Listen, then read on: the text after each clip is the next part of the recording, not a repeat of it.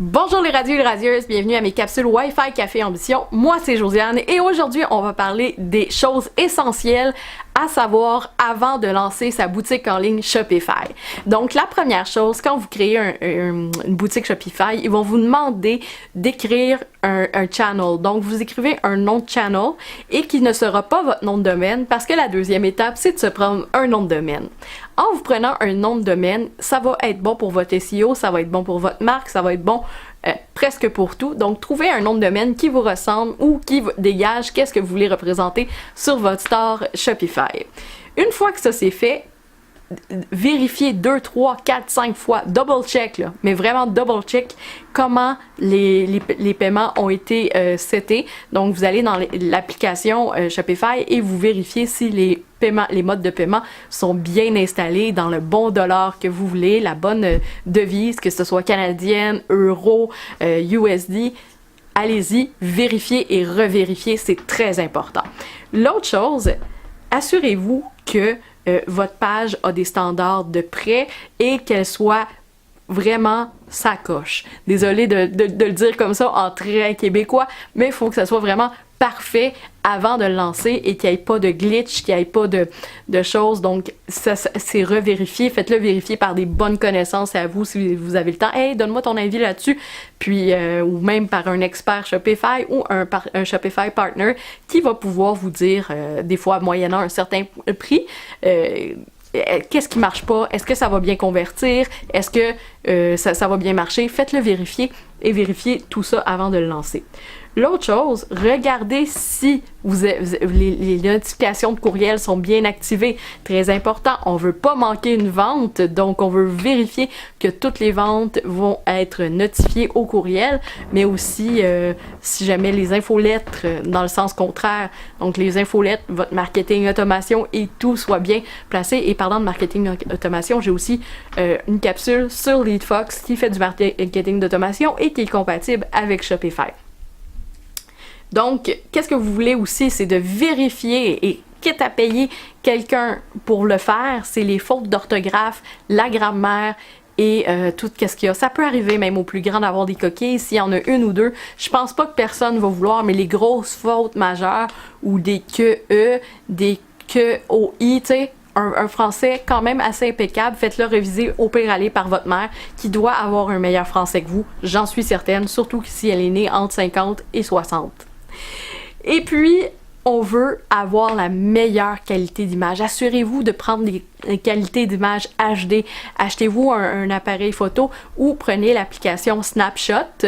Donc, Snapshot qui va avoir une bonne application pour utiliser justement et prendre les photos de très bonne qualité. Il y a des clients à nous qui l'ont utilisé chez Neomédia, puis vraiment, on a été même surpris du résultat, puis ça se fait à partir du téléphone, mais au moins, il retouche vos images pour que justement, ça soit parfait.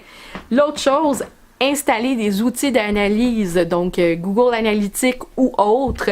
Il y en a un intégré avec Shopify, mais si vous voulez vraiment des détails plus près et plus précis, savoir par quel mot installer Google Analytics sur votre Shopify, vous le regretterez pas après ça avec toutes les petites données que vous allez pouvoir avoir.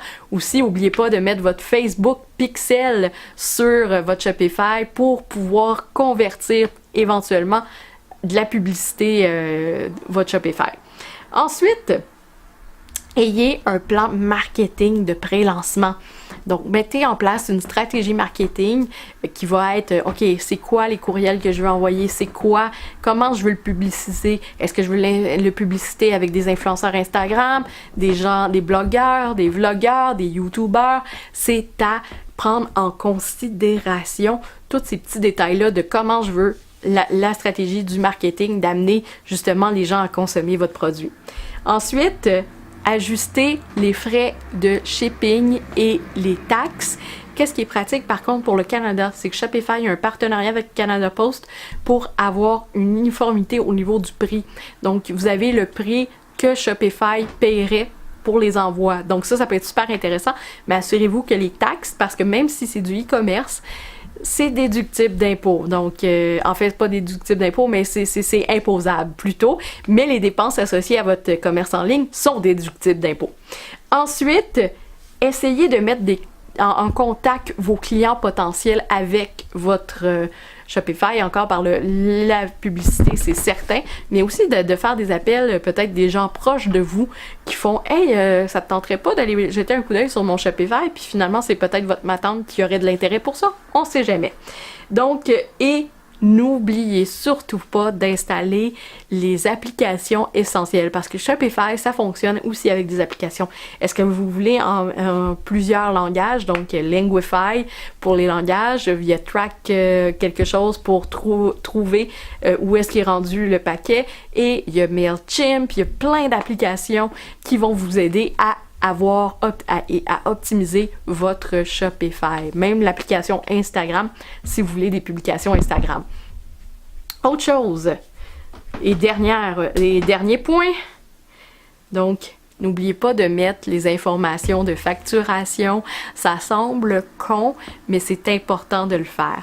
Donc, j'espère que ces 13 points-là, parce qu'il y en avait 13, vont vous aider à faire votre Shopify like boss et on se revoit dans les prochaines capsules Wi-Fi Café Ambition. N'oubliez surtout pas de vous abonner pour manquer rien. Puis parce qu'on va parler beaucoup de Shopify dans les prochaines semaines, de SEO et bien plus encore, puis aussi de publicité Facebook et Instagram. À bientôt!